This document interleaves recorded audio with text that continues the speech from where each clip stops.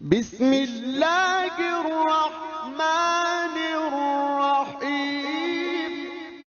حضور کی ایک حدیث میں حضرت معاذ بن جبل رضی اللہ تعالیٰ عنہ سے مروی ہے، تو حضور نے، ویسے تو بہت طویل روایت ہے، وہ میں اس وقت ساری روایت بیان نہیں کر سکتا، حضور نے پوچھا حضرت، اس لیے کہ اس وقت خاص حالات ایسے ہو گئے تھے کہ حضور کی طبیعت میں بڑی بشاشت تھی حضرت معاذ بن جبل کے لیے رضی اللہ تعالیٰ عنہ۔ ایک سوال تو انہوں نے حضور سے کیا تھا، حضور نے اس کا جواب دے دیا۔ پھر حضور نے مزید دریائے سخاوت جوش میں آیا، حضور نے فرمایا وَإِن شِئْتَ حَدَّثْتُكَ يَا مُعَاذ بِرَأْسِ هَذَا الْأَمْرِ وَقَوَامِهِ وَضَرْبَةُ السَّنَامِ مِنْهُ۔ اے معاذ، اگر تم چاہو تو میں بتاؤں کہ ہمارے اس دین کی جڑ کیا ہے اور ہمارے اس دین کا تنا کیا ہے۔ قوام، یہ درخت جو ہے نا، آپ کو معلوم ہے، درخت کی مثال سامنے رکھیے کہ درخت کی ایک جڑ ہے اور درخت کا ایک تنا ہے جس کے اوپر پھر آگے شاخیں ہوں گی، اس میں پتے آئیں گے، اسی میں پھل یا پھول لگیں گے۔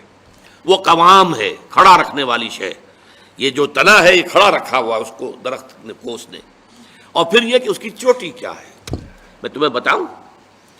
تو انہوں نے کہا بے ابی و امی انت یا رسول اللہ قل لی، میرے ماں باپ آپ پر قربان ہو اے نبی صلی اللہ علیہ وسلم، ضرور بتائیے مجھے۔ تو فرمایا ان رأس ھذا الامر، دیکھو ہمارے اس دین کی جڑ کیا ہے؟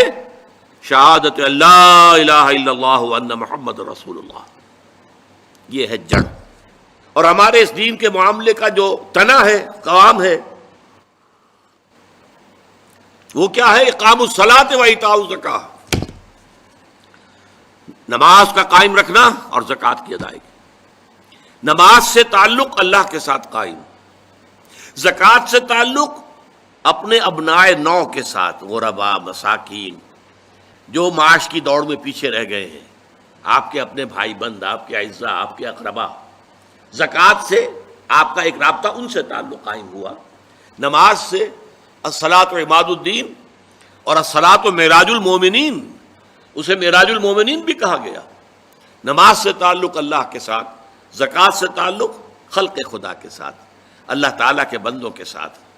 اور یہاں زکوٰۃ کا جو لفظ آ گیا تو نوٹ کیجئے، پہلے جو فرمایا تھا وَآتَ الْمَالَ عَلَىٰ حُبِّهِ ذَوِي الْقُرْبَىٰ وَالْيَتَامَىٰ وَالْمَسَاكِينَ وَابْنَ السَّبِيلِ وَالسَّائِلِينَ وَفِي الرِّقَابِ، اور یہاں فرمایا وَآتَ الزَّكَاةَ، اس کا مطلب یہ دو علیحدہ چیزیں ہیں۔